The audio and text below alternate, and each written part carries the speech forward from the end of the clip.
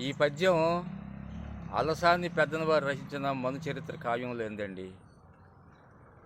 ఈయన గారు ఆయన అదృష్టమో దురదృష్టమో హిమాలయాలకు వెళ్తాడండి. ఆ కాళ్ళకున్న పసరు కరిగిపోయింది. అయోమయంలో పడ్డాడు. ఇంటికి రావాలి, ఆయన చేయాల్సిన పనులు చాలా ఉన్నాయి. అప్పుడు ఒక అమ్మాయి కనపడిందండి, వరుధిని అనే గంధర్వ స్త్రీ కనపడింది. ఆమె దగ్గరికి వెళ్ళి, అమ్మా ఇట్లా మా ఊరు వెళ్ళాలమ్మా, ఇట్లా దారి తప్పి వచ్చేసానమ్మా, కాస్త మా ఊరికి పోయే దారి మార్గం ఏమైనా ఉంటే చెబుతావా తల్లి అని అడిగాడు. ఆయన అందానికి ముగ్ధురాలైపోయింది ఆవిడ. అప్పుడు ఆమె చూడండి ఎంత చమత్కారంగా మాట్లాడిందో.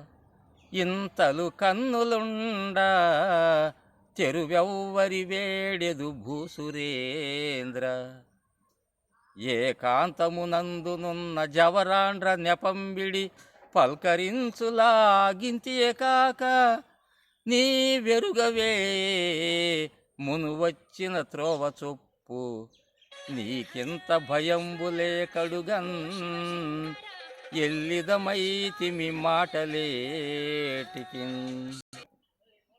దీని భావం ఏంటంటే, ఓ భూసురేంద్ర, పెద్ద పెద్ద కళ్ళు వేసుకుని నువ్వు దారి మర్చిపోయానంటావేమయ్యా.